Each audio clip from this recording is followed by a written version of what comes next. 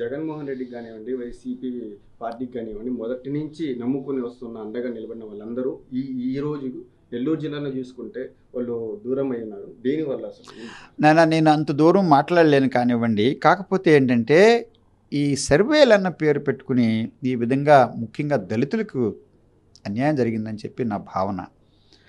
ఎందుకంటే ప్రతి మనిషిలో కూడా ఒక ఆత్మాభిమానం ఉంటుంది. అది విచిత్రంగా ఒక అగ్రకులాలకు ఒక ఆత్మాభిమానం, బడుహ బలహీన వర్గాలకు ఒక ఆత్మాభిమానం, మైనారిటీస్కి ఒక ఆత్మాభిమానం ఉండదు. వ్యక్తి అన్న తర్వాత ఆత్మాభిమానం అన్నది అందరికీ ఒకేలాగా ఉంటుంది. ఇప్పుడు నాకు తెలిసి 29 మంది ఎమ్మెల్యేలు మేము వైఎస్ఆర్ పార్టీలో ఉన్నాం. దళితులు బాగా ఆదరించడం వలన దళిత సీట్లు అన్నీ కూడా ఎక్కువ మాకు వచ్చాయి. ఇవి ఒక్కటి తప్ప మిగిలినవన్నీ కూడా 2. ఒకటి జనసేనకి వెళ్ళినట్టుంది, మరొకటి తెలుగుదేశానికి వెళ్ళిన, మిగిలినవన్నీ కూడా వైఎస్ఆర్ పార్టీకి వచ్చాయి. ఇప్పుడు సర్వే పేర్లతో అంతమందిని ఆ విధంగా మార్చడం అన్నది కొంచెం బాధకరంగా ఉంది. ఎందుకంటే చాలాసార్లు ఐపాక్ వాళ్ళు నా దగ్గరకు వచ్చినప్పుడు నేను 2 సంవత్సరాల క్రితం ఏం తెలియజేశాను. ఎందుకంటే జగన్మోహన్ రెడ్డి గారితో నేను ఆల్రెడీ 10 సంవత్సరాలు, ఇప్పుడు 12 ఏళ్ళని 10 సంవత్సరాలు ప్రయాణం చేశాను కనుక వారి వ్యక్తిత్వం పెద్దవాడిగా, ఒక ఐఏఎస్ ఆఫీసర్గా, ముఖ్యమంత్రులను దగ్గరగా చూసిన వ్యక్తిగా వారికి ఐపాక్ వాళ్ళకి తెలియజేశాను. మీరు ఎన్ని కబుర్లు చెప్పుకున్నా జగన్మోహన్ రెడ్డి గారు వారి ఆలోచన ప్రకారం వాళ్ళు చేస్తారు, మీరు సిఫారసులు చేసిన వేస్ట్ అని కూడా నేను అప్పుడే చెప్పడం జరిగింది. ఎంత ఐపాక్ వాళ్ళందరికీ తెలియజేశాను. వీళ్ళు వెళ్ళిపోయి ఈరోజు మీకు ఎమ్మెల్యే కావాలా, ఎంపీ కావాలా, అది కావాలా, ఇది కావాలని కోరినప్పుడు అందరికీ అదే చెప్పాను. లేనిపోని మీరు ఎవరిని అవమానం పెట్టకండి, మీరు సర్వేలు కామ్గా చేసి పంపించుకోండి అని చెప్పడం జరిగింది. తర్వాత నేను చక్కగా అభివృద్ధి పథకాలు గత 75 సంవత్సరాల్లో జరగనట్టుగా ఎంపీగా ఉన్నప్పుడు ఎంపీ పథకాలు కూడా చేశాను. ఎన్నో కొత్త రైళ్లు నేను ప్రారంభించడం నా వల్ల జరిగింది. షిర్డీ నుంచి తిరుపతి నుంచి షిర్డీ కానివ్వండి, తిరుపతి నుంచి ఆఖరు గోవా కానివ్వండి, కొన్ని ట్రైన్స్ ఆపు చేయించడం కానివ్వండి, నవజీవన్ ఎక్స్ప్రెస్ ఆఫ్ చేయించడం కానివ్వండి, పినాకిని ఆఫ్ చేయించడం కానివ్వండి, ఢిల్లీ ఎక్స్ప్రెస్ ఆఫ్ చేయించడం కానివ్వండి, దాదాపు 2 పెద్ద ఆర్ఓబీలు పెట్టించడం, రైల్ ఓవర్ బ్రిడ్జెస్ కట్టించడం కానివ్వండి, వెంకటాచలం కూడా మనుబోలులో కానివ్వండి, అలాగే 12 సభ్యులు పెట్టించడం కానివ్వండి, వరప్రసాదరావు చేశాడు. తిరుపతిలో రాయల చెరువు గేటు 75 సంవత్సరాలుగా ఉత్తర దక్షిణ తిరుపతిని కలపడానికి లేకపోతే వరప్రసాదరావు అంత తక్కువ కాలంలో కూడా చేయడం జరిగింది. సూలూరుపేటలో అలాగే విన్నమలలో అలాగే, దురవారి సత్రంలో అలాగే, ఈ పెదపర్యలో అలాగే, కోటపోలూరులో అలాగే రేణుగుంటలో, ఇలా చెప్పుకుంటూ వెళ్తే ఎన్నో చేశాము. కనుక ఒక చదువుకున్న వ్యక్తి, అనుభవంతుడు ఉండడం వల్ల ఉంటే ఇన్ని పనులు చేయగలం. తర్వాత ఇలా చాలా ఎంతో క్రమశిక్షణతో చేసుకుంటూ వెళ్ళాను. ఎమ్మెల్యే అయిన తర్వాత మళ్ళీ గూడూరులో కూడా చాలా ఎవ్వరూ చేయలేని పనులు చేశాను నేను. ఒక్క 10 మాత్రం ఉదాహరణ నేను తెలియజేస్తాను. కూరగాయల మార్కెట్ ఇంతవరకు లేకపోతే కూరగాయల market, mutton market, fish market, కూరగాయల మార్కెట్ అయితే ప్రజలకు అంకితం కూడా చేశాను. ఎంతోమంది ప్రయత్నం చేసినా కూడా వాళ్ళు చేయలేకపోయారు. రైతు బజార్ నేను చేసి ప్రజలకు అంకితం చేశాను. ఆటో నగరు ఎంతోమంది కళ్ళ కంటుంటే నేను తీసుకొచ్చి పెట్టాను, పనులు చక్కగా జరిగిపోతున్నాయి. 12 సంవత్సరాలుగా కుంటిపడిపోయి ఉన్న ఫ్లైఓవర్ని తీసుకొచ్చి మళ్ళా పనులు ప్రారంభించడం జరిగింది. అలాగే కొన్ని శిథిలావస్థలో ఉన్న పుల్లమ్మ సత్రం కానివ్వండి, ఫైలేరియాది కానివ్వండి తీసుకొచ్చి చక్కగా నేను ప్రజలకు అంకితం చేశాను. అలాగే టీటీడీ బిల్డింగ్ వచ్చేసేసి మా తిరుమల తిరుపతి దేవస్థానం కళ్యాణ మండపం శిథిలావస్థలో ఉంటే చక్కగా రూపురేఖలు తీసుకొచ్చి సరిచేయడం చేశాను. రాజా వీధి చాలా ముఖ్యమైన అన్ని వ్యాపారాలు కూడా జరిగేది ఒక గూడూరులో ఉన్నదానికి ఎంతోమంది వెళ్ళి అక్కడ పునాదులు వేసి గారికి ఫౌండేషన్ స్టోన్ వేసి కూడా చేయలేకపోయారు ఎమ్మెల్యేలు. వరప్రసాదరావు వెళ్ళిన తర్వాత ఒక్కరికి బాధ లేకోకుండా, సమస్య లేకోకుండా చక్కని సీసీ రోడ్డు వేసి దాంతోపాటు డ్రైనేజ్ కట్టించాడు.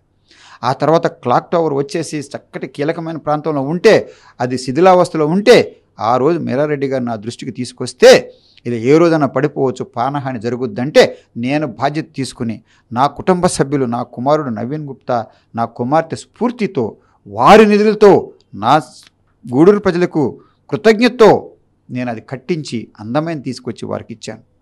ఆ తర్వాత మరొకటి 6 విగ్రహాలు సామాజిక స్ఫూర్తితో ఉన్న స్ఫూర్తిదాతలు, ఆ సోషల్ రిఫార్మర్సు, అది జ్యోతిబా ఫులే కానివ్వండి, సావిత్రిబాయి తల్లి కానివ్వండి, జగజ్జీవన్ కానివ్వండి, మౌలానా అబుల్ కలాం ఆజాద్ కానివ్వండి, అలాగే వివేకానందుడు కానివ్వండి, మదర్ తెరిసా కానివ్వండి, ఇవన్నీ కూడా నా ఖర్చులతో నేను పెట్టుకున్నాను. అలాగే నా స్టేడియంను కూడా తీర్చిదిద్దాను. 9 మరుగుదొడ్డులు నేను ఏర్పాటు చేసి ఒక్క మహిళలకు కూడా ఇబ్బంది లేకోకుండా, పేదవాళ్ళకి ఇబ్బంది లేకుండా చేశాను అంటే ఇవన్నీ కూడా ఎంత జాగ్రత్తగా చేసి తర్వాత 22 కోట్లతో చక్కని హాస్పిటల్ బిల్డింగ్ కూడా తీసుకొచ్చాను. ఎంపీగా ఉన్నప్పుడు గూడూరు రైల్వే స్టేషన్ తీర్చిదిద్ది ఎడిషనల్ ప్లాట్ఫామ్స్ పెట్టించడం కానీ, లిఫ్ట్లు పెట్టించడం కానీ, అలాగే ఫుట్ ఓవర్ బ్రిడ్జెస్ పెట్టించడం కానివ్వండి, ఎస్కలేటర్ పెట్టించడం కానివ్వండి, సైనేజ్ బోర్డు పెట్టించడం కానీ, ఇవన్నీ కూడా వరప్రసాదరావే చేశాడు. అలాగే నాయుడుపేట రైల్వే స్టేషన్ చేశారు, సూళ్ళూరుపేట రైల్వే స్టేషన్ చేశారు, తిరుపతిలో మరింత ఎక్కువ చేశాను. అక్కడ తిరుచానూరు రైల్వే స్టేషన్ అభివృద్ధి కారణం వరప్రసాదరావే. అక్కడ మరో తిరుపతి వెస్ట్లో కూడా ఇక్కడ తిరుపతి రైల్వే స్టేషన్లో బోగీస్లో ఉన్న లెట్రిన్స్ కడక్కోకుండా నేనే మార్చేసి బయటికి పంపించాను. అంటే తిరుపతి రైల్వే స్టేషన్ శుభ్రత కారణం నేను, ఎడిషనల్ ప్లాట్ఫామ్స్ కారణం నేను. ఇంకా అది వరల్డ్ క్లాస్కి అవ్వాల్సింది ఉంది, నేను ప్రారంభించాను. ఎంతో టెండర్ వరకు వచ్చి కూడా ఆగిపోయింది. ఎందుకంటే ఒక అనుభవంతుడు అక్కడ ఎంపీ లేకపోవడం వలన మరలా అనుభవంతుడు ఎంపీ వచ్చినప్పుడు లేదా ప్రజలు నాకు అవకాశం ఇస్తే నేను మరలా ఏమేమి ఉన్నాయో కేంద్ర ప్రభుత్వంతో చక్కగా అనుకూలంగా అన్ని పనులు చేసే ధైర్య సాహసాలు నాకున్నాయి, ఆలోచన నాకున్నది. కుటుంబాన్ని అంతా సరిచేసుకొచ్చాను. నాకు ఏ సమస్యలు లేవు. కేవలం ప్రజలతో ఉండి ప్రజల సంక్షేమం కొరకు, అభివృద్ధి కొరకు నేను చేయాలని చెప్పి కట్టుతో వచ్చాను. ఆ పట్టుదలతో వచ్చాను కనుక ప్రజలతో ఉండాలంటే మంచి ఆరోగ్యం కూడా జాగ్రత్తగా చూసుకోవాలి కనుక ఒకవైపు ఆరోగ్యం చక్కగా చూసుకుంటూ ప్రజలను అందరిని ఒకే విధంగా చూస్తున్నా. జగన్మోహన్ రెడ్డి గారితో కలిశారు కదా, జగన్మోహన్ రెడ్డి ఎలాంటి హామీలు ఇచ్చారు? నేను అప్పుడు కలవడమే, మళ్ళీ ఇటీవల ఏం కలవలేదు. కలిసినప్పుడు అన్నా మీరు నా గుండెల్లో ఉన్నారన్నా, మిమ్మల్ని ఎలా పోగొట్టుకుంటాను అన్నా, ఇప్పుడైతే ఎంపీ అయితే నేను ఇంకా నా మనసు పెట్టలేదన్నా అని చెప్పడం జరిగింది తప్ప నేను కూడా మరొకసారి ఎమ్మెల్యేకి వెళ్ళాలని ఆయన్ని నేనేం కోరలేదు. ఎంపీ నా అనుభవంలో అందులో ప్రత్యేక హోదా కొరకు రాజీనామా చేశాను కనుక నా గెలుపు మన వైఎస్ఆర్ పార్టీ గెలుపులో కీలకమైన పాత్ర నేను కూడా వహించాను కనుక అన్ని విధాలు కూడా దీక్షల్లో పాల్గొన్నాను కనుక నేను ప్రత్యేక హోదా కొరకు రాజీనామా చేశాను కనుక ప్రత్యేక హోదా కొరకు ఒక బిడ్డలా చిన్నవాడిలాగా నేను ఆఖరికి ప్లాకార్డ్స్ పెట్టుకుని ఎన్నో స్లోగన్స్ ఇవ్వడం జరిగింది కనుక అది ఎంతో మాకు ప్రోత్సాహం ఇచ్చింది. 19లో ఈ విధంగా ప్రత్యేక హోదా కనుక మేము అలా చేసి ఉండకపోతే అధికారంలోకి ఇంత వచ్చి ఉండేదా అన్నది కూడా అందరికీ ఆలోచనే. అది అందులో కీలకమైన పాత్ర నేను ఒక ఎంపీగా, బడుహ బలహీన వర్గాల నుంచి వచ్చిన ఒక ఎంపీగా అనుభవంతో ఉండి అన్నిసార్లు మాట్లాడడం కానివ్వండి, ప్రెస్ మీట్లు పెట్టడం కానివ్వండి, డిబేట్స్లో పాల్గొనడం కానివ్వండి, యాజిటేషన్లో కూడా చేశాను కనుక నేను కూడా కీలకమైన పాత్ర వహించాను. అది పార్టీని బలోపేతం చేయడంలో అని చెప్పి సంతోషంగా, గర్వంగా నేను తెలియజేస్తున్నాను. వైఎస్ షర్మిల గారు కాంగ్రెస్ పార్టీలో చేరారు. షర్మిల గారు మీకు స్వాగతం పలికితే కాంగ్రెస్ పార్టీలోకి వెళ్ళారు. నన్ను అలాంటిది ఏం లేదు. ఎందుకంటే షర్మిల గారిని మాత్రం నేను వ్యక్తిగతంగా చాలా అభినందిస్తాను. ఎందుకంటే మా పార్టీ వైఎస్ఆర్ పార్టీ, ఎందుకంటే ఈ రోజు వరకు నేను వైఎస్ఆర్ పార్టీలోనే ఉన్నా. కష్టకాలంలో ఉన్నప్పుడు నా వంతు నేను ఎలా చేసుకుంటూ వెళ్ళాను. షర్మిలమ్మ గారు, విజయమ్మ గారు చాలా కీలకమైన పాత్ర వహించారు. అది మనస్ఫూర్తిగా నేను తెలియచేయాలా చాలాసార్లు చెప్పడం జరిగింది. జగన్మోహన్ రెడ్డి గారికి కూడా చెప్పాను. అందులో ఏమి మాటలు మింగను చెప్పాను నేను. షర్మిల గారు ఈ విధంగా పాదయాత్ర చేసినప్పుడు వారితో పాటు నేను వెళ్ళడం జరిగింది. వారు మహిళలతో చూడుకోకుండా కూడా ఎంతో చక్కగా పాదయాత్ర చేస్తూ ప్రతి ఒక్కసారి కూడా నేను నా జగనన్న పంపించిన బాణాన్ని అని చెప్పుకున్నారే తప్ప, వైఎస్ రాజశేఖర రెడ్డి గారు పెట్టిన సంక్షేమ పథకాలు మెచ్చుకున్నారే తప్ప ఈరోజు వారిలో నా వేరే భావన లేకపోతే అధికారం కొరకు, పదవి కొరకు షర్మిల గారిలో నేను ఏ రోజు నేను చూడలే. అలాగే బై బై బాబు బస్ యాత్ర చేసినప్పుడు కూడా వారితో అన్ని రోజులు వెళ్ళాను నేను. ఎందుకంటే నాకు రాజకీయం ప్రజలతో ఉండాలన్న ఆశ. కుటుంబాన్ని నుంచి తీర్చిదిద్ది పక్కన పెట్టాను. వారు చక్కగా వ్యాపారాలు చేసుకుంటున్నారు, విద్య విషయంలో కానీ, ఆరోగ్య విషయంలో కానివ్వండి. సో అలా వెళ్ళినప్పుడు వారికి న్యాయం జరగాలని చెప్పి నేను కోరుకుంటున్నాను. చాలాసార్లు చెప్పడం జరిగింది. అలాగే విజయమ్మ గారు కూడా ఎన్నో దీక్షలు చేశారు. ఆ తల్లి కూడా ఆ కష్టకాలంలో వాళ్ళు లేనప్పుడు ఆవిడ ఎంతో బాధ్యత చేయడం. ఒకసారి అన్నారు, విజయమ్మ గారు నాతో అన్నారు, నేను ఆ ఆమర నిరాహార దీక్ష చేసినప్పుడు 4 రోజులు అయిపోయిన తర్వాత నా ఆరోగ్యం క్షీణించిపోతుంటే అప్పుడు కేంద్ర ప్రభుత్వం వాళ్ళు వచ్చేసి పోలీసులు తీసుకెళ్ళి మమ్మల్ని అక్కడ రామ్ మనోహర్ లోహియా హాస్పిటల్లో పెట్టారు. పెట్టినప్పుడు ఆ తల్లి నన్ను పరామర్శించడానికి విజయమ్మ గారు వచ్చారు. దాంతోపాటు సజ్జల రామకృష్ణ గారు కూడా ఉన్నారు.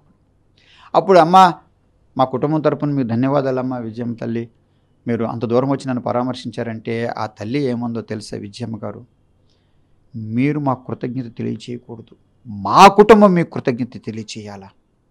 అందరూ వెళ్ళిపోయిన అప్పటికి ఒక బీసీ ఎంపీ వెళ్ళిపోయారు, ఒక ఎస్టీ ఎంపీ వెళ్ళిపోయారు, ఒక ఓసీ ఎంపీ వెళ్ళిపోయారు, 2 ఓసీ ఎంపీలు వెళ్ళిపోయారు. కానీ నేను వెళ్ళలా. ఆ జగన్మోహన్ రెడ్డి గారి సామాజిక వర్గం కాకోకుండా మిగిలిన ఎంపీలు ఎవరన్నా బయట వాళ్ళు ఉన్నారంటే ఒక్క వరప్రసాదుడే ఉన్నాడు, నిజాయితీతో ఉన్నాడు, అంటే ఎంతో క్రమశిక్షణతో ఉన్నారు. సో ఆ తల్లి వాళ్ళిద్దరు కూడా ఉండాలా, ఎందుకంటే ఒక సామెత ఉంది ఇంగ్లీష్లో, those who forget the past are condemned to repeat. అంటే ఎవరైనా కనుక గతం మర్చిపోతే మళ్ళీ అదే గతి పడుతుంది. Those who forget the past are condemned to repeat. అంటే గతాన్ని ఎవరు మర్చిపోకూడదు. తర్వాత గర్వాలు అవన్నవి యారోగెన్స్ మీద ఒక చిన్నది ఉంది అన్నది. పదవితో పట్టున్నప్పుడు ఎవరో చెప్తారు, ఒక లార్డ్ యాక్టన్ అన్న అతను, ఒక అతను తెలియజేస్తాడు, power corrupts, absolute power absolutely. అంటే ఏంటి? పవర్ అంటే అధికారం, అది కేవలం మన డబ్బులు అన్నది కాదు, అది చాలా వరకు మనిషిని కరప్ట్ చేస్తుందట, అంటే పాడు చేస్తుంది. ఎక్కువ పవర్ వచ్చేస్తే ఎక్కువ పాడు చేసేస్తుందట. Power corrupts, absolute power absolutely అని చెప్పి లార్డ్ యాక్టన్ చెప్పారు. తర్వాత మనిషిలో అహంకారం ఉండకూడదు, ఎందుకంటే జీవితం అన్నది ఏది పర్మనెంట్ కాదు, లైఫ్ ఈజ్ ఫ్లెక్స్. అందరూ తెలుసుకోవాల్సింది ఏంటంటే, నేను పెద్దవాడిని, బాగా చదువుకున్న వ్యక్తిని, రాజకీయాల్లో నాకంటే మంచి పెద్దవాళ్ళు ఉండొచ్చు, పదవుల్లో పెద్దవాళ్ళు ఉండొచ్చేమో, కానీ నాకు కూడా ఏం అనుభవం తక్కువ కాదు, కింద నుంచి వచ్చుకుని బాగా నేర్చుకున్నవాడిని. హాస్టల్లో 14 సంవత్సరాలు ఉండడంతో ఎంత నేర్చుకుని ఉంటాను నేను. ఆ తర్వాత ఎంఎస్సీలో కానీ యూనివర్సిటీ పిహెచ్డీ చేయడం కానివ్వండి, ఉద్యోగాలు మారడం కానివ్వండి. తర్వాత నాకు ఇంకొకటి ఏంటంటే, అందరికి లేనిది దాదాపు 8 అంతర్కుల వివాహాలు కూడా నా కుటుంబంలో ఉన్నాయి. నేను ప్రారంభించి, నా కుమారుడు ప్రారంభించి, నా కుమార్తె చేసుకున్న తర్వాత ఈ అంతర్కులాలు కూడా మనిషిని అన్ని విధాలు కూడా మార్చేస్తుంటుంది, సమాజాన్ని బాగా అర్థం చేసుకునేటట్టు ఇస్తుంది.